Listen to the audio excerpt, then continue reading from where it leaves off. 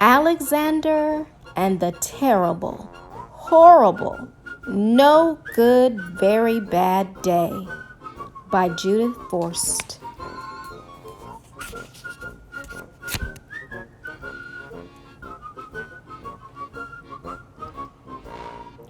I went to sleep with gum in my mouth, and now there's gum in my hair. And when I got out of bed this morning, I tripped on the skateboard, and by mistake, I dropped my sweater in the sink while the water was running. And I could tell it was going to be a terrible, horrible, no good, very bad day. At breakfast, Anthony found a Corvette Stingray car kit in his breakfast cereal box. And Nick found a junior undercover agent code ring in his breakfast cereal box. But in my breakfast cereal box, all I found was breakfast cereal. I think I'll move to Australia.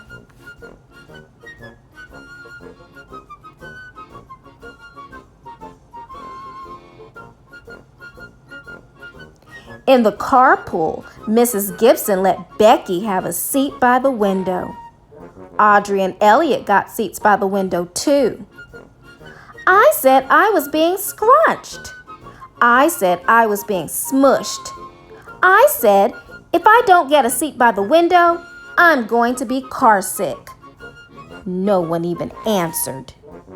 I could tell it was going to be a terrible, horrible, no good, very bad day. At school, Mrs. Dickens liked Paul's picture of the sailboat better than my picture of the invisible castle. At singing time, she said I sang too loud. At counting time, she said I left out 16. Who needs 16? I could tell it was going to be a terrible, horrible, no good, very bad day.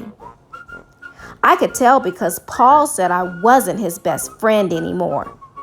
He said that Philip Parker was his best friend, and that Albert Moyo was his next best friend, and that I was only his third best friend.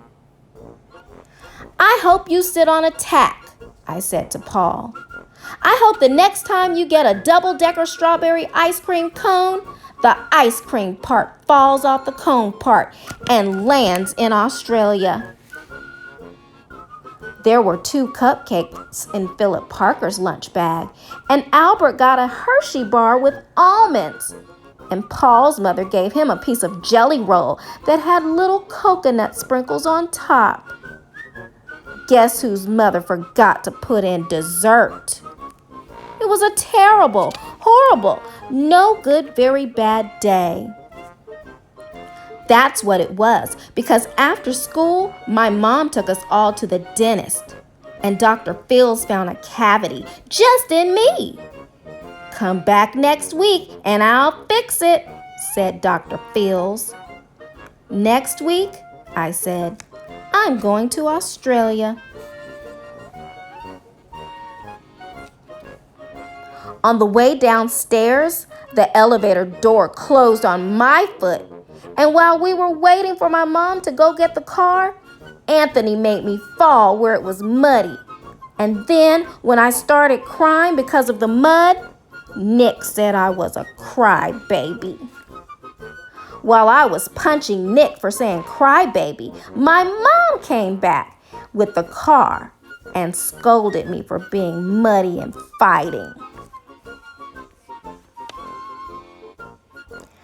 I am having a terrible, horrible, no good, very bad day, I told everybody. No one even answered. So then we went to the shoe store to buy some sneakers. Anthony chose white ones with blue stripes. Nick chose red ones with white stripes. I chose blue ones with red stripes, but then the shoe man said, We're all sold out. They made me buy plain old white ones, but they can't make me wear them. When we picked up my dad at his office, he said I couldn't play with his copying machine, but I forgot. He also said to watch out for the books on his desk, and I was as careful as I could be, except for my elbow. He also said don't fool around with his phone. But I think I called Australia. My dad said, please don't pick him up anymore.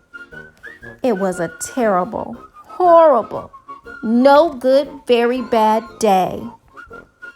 There were lima beans for dinner, and I hate lima beans. There was kissing on TV, and I hate kissing. My bath was too hot. I got soap in my eyes. My marble went down the drain, and I had to wear my railroad train pajamas. I hate my railroad train pajamas.